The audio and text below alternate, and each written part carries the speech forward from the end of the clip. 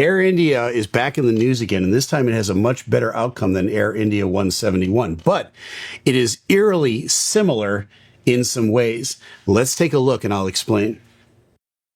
India 315, sorry, say again. Technical reasons, sir, would like to stay closer to Hong Kong. Maybe we will come back and land back in Hong Kong once we sort out the problem. We don't want to continue further. Okay, Air India 315 is departing out of Hong Kong, an airport that I've flown in and out of several times, on their way to Delhi.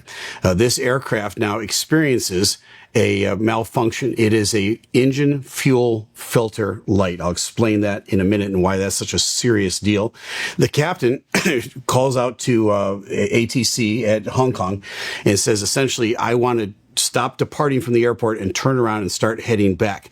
He explains that he's got a problem with the aircraft. It's a fuel filter problem. Why is that a big deal? Well, one of the potential issues, and let me emphasize potential, with Air India 171 was the potential of fuel contamination. Fuel contamination would show up in an engine fuel filter light or lights. So given the fact that just a couple weeks ago, the potential for that could have taken place with the other Air India flight, this Air India captain is on full alert. And I, in my 34 years at my airline, have never seen an engine fuel filter light come on before. And I'm here to tell you, if one came on, I would take it very, very seriously. Why is that? Let's listen in. We don't want to continue further.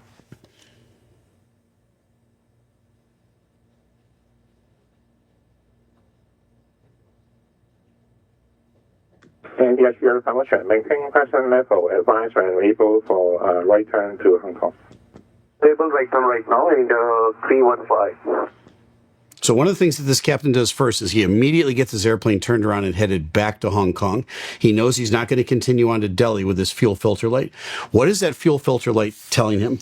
Well, I've got a printout here of what that looks like in the cockpit. So he's going to get several lights that come on. He's probably going to get some sort of caution light. And then on his ICAS screen, his main screen in front of him, he's going to get a little thing that says engine fuel filter. And it's going to say left or right. It might say both, which in case he'd get two lights. In this case, he only gets the one. It's the right engine. Here's how that procedure goes. As soon as it lights up on his screen, the co-pilot is going to hit the checklist button, and an electronic checklist is going to pop up, and he's going to begin to read. And so the pilot monitoring, or the co-pilot, is going to say fuel contamination can cause fuel to bypass the engine fuel filter. That's the condition that they have. Fuel is bypassing this filter because it's so clogged or so contaminated that it potentially could cause a disruption of fuel to the engine. That's as serious as it gets. Now, is it for sure that there's no fuel going to that engine? Nope, because the engines are still running. So the next thing is you're going to want to monitor the engine performance to make sure that you're still getting a steady state of fuel to that engine. It could be that the sensor that says whether the fuel filter is clogged or not itself has gone bad, and it's just giving you an erroneous signal. That's one potential. But you've got to take it seriously as though your fuel filter is actually clogged, and you're actually going to be on the verge of a potential engine failure. The procedure goes on to read like this. Only one engine fuel filter message, left or right, has shown during the flight. In this case, it's just the right side. It says basically monitor engine performance, which I'm telling you the pilots are doing. Note, erratic engine operation and flame out may occur on the affected engine due to fuel contamination. I guarantee you every pilot at Air India is on full alert for fuel contamination. I've never seen it in my many years of flying. If I ever saw one of these, I would turn immediately back to the nearest suitable field, even if it was just on one engine. Now, you're going to see 4 square black squares underneath that procedure, which means you've come to the end of it if it's only the one fuel filter light that's come on. If it's both that's come on, which didn't happen in this case, but let me read on. Engine fuel filter message for both engines are shown or have shown at any time during the flight, either separately or at the same time. Go to step 2. What's step 2? Plan to land at the nearest suitable airport. Note, erratic engine operation and flame out may occur on either or both engines due to fuel contamination. And so I'm not going to wait for that second fuel filter light to come on to get turned around to a near suitable field. If I see one of these, I'm going to assume that I've got something wrong with my fuel. Now, many people have been talking about the potential of fuel contamination on Air India 171. And I've heard people, pundits and experts say it absolutely couldn't have been that. And here's why. Both of those engines are fed by different tanks. And it's inconceivable that both tanks had fuel contamination. Well, it's not, because on departure and for probably the first, I don't know, 3.5 hours of that flight, both of those engines were fed by a single tank. That's the center section tank. So if you're going from Ahmedabad to London, you're probably carrying somewhere around 135, 140,000 pounds of gas. Both of your wing tanks are full. Your center tank has probably 30 to 35,000 pounds of gas in it. You're going to burn the fuel out of the center tank first. So yes, you had a single source tank feeding both of those engines at the same time. So there's your potential number one for fuel contamination.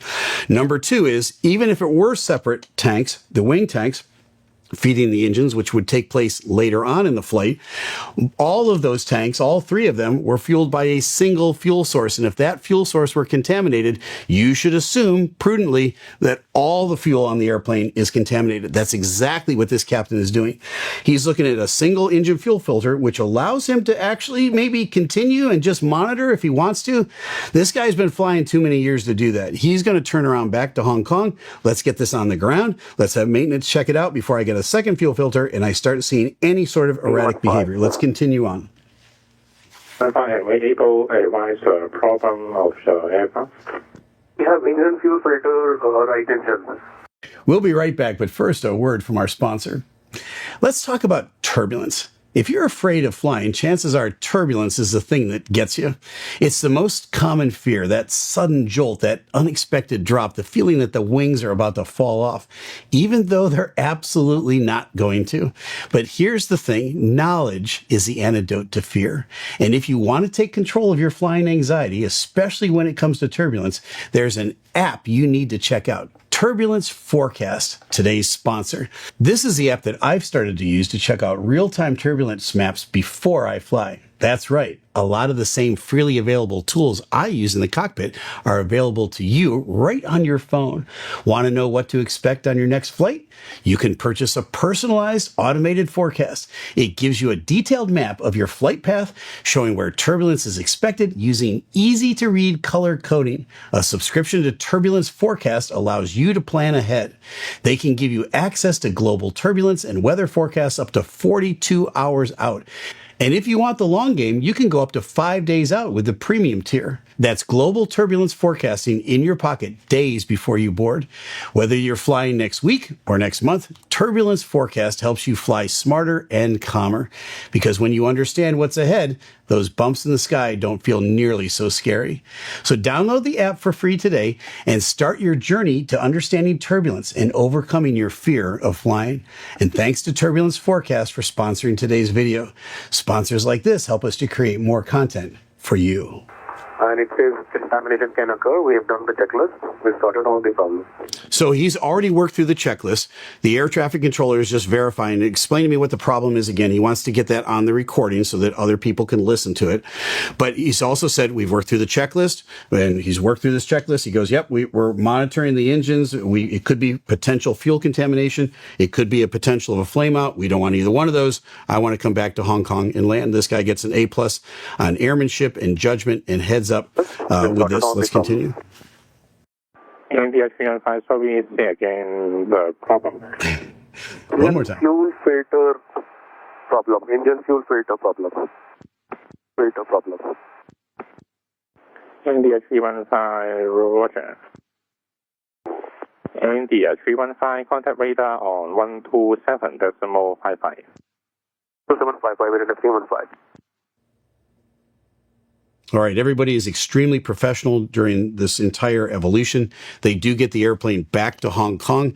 It was out of service for about 28 hours. I'm assuming that they swapped out the fuel filters. It might have been a sensor problem. We don't know exactly what the issue was, but this captain does an excellent job at taking something that at first blush doesn't look like that big a deal, and understanding that there is a cascading domino effect that could take place where he'd lose an engine or both engines. And you know what? That's first and foremost on every Air India pilot's mind. I'm sure it's every commercial pilot around the planet is thinking now about things like fuel contamination. That's what this conversation helps with as we're hangar flying and we're talking about the potentials and the theories of what might have happened. It disseminates that information to every pilot. I've talked to dozens and dozens of pilots over the last 2 weeks that have said, hey, I saw one of your videos. Let's talk about fuel contamination. Let's talk about vapor lock. Let's talk about that stuff. That's what we used to do in the old days when we sat around the hangar on a rainy day. We'd talk about those things so the guys put it back in their collective memory. And if they get something like this when they're heading out of Hong Kong or Delhi or London or LA or Boston or wherever they're going, and they see that, they go, you know what, I'm not going to press on. I'm going to immediately turn back to the airport. I'm going to get this thing on the ground. That's always the safest course of events, even if you've never seen one of these before, and even if the procedure allows you the wiggle room to kind of continue on and just monitor. My experience level says I am not comfortable with this at all, and especially given world events here in the last couple of weeks, I don't think any commercial pilot is going to be comfortable at all with a fuel filter light left, right, or both coming on. A++ to this captain. He does a great job. The air traffic controller does a great job as well, and that is the latest from an Air India flight. This one had a terrific outcome. I hope you enjoyed the information that you got on this one. Now you know. I'm Captain Steve. Fly safe.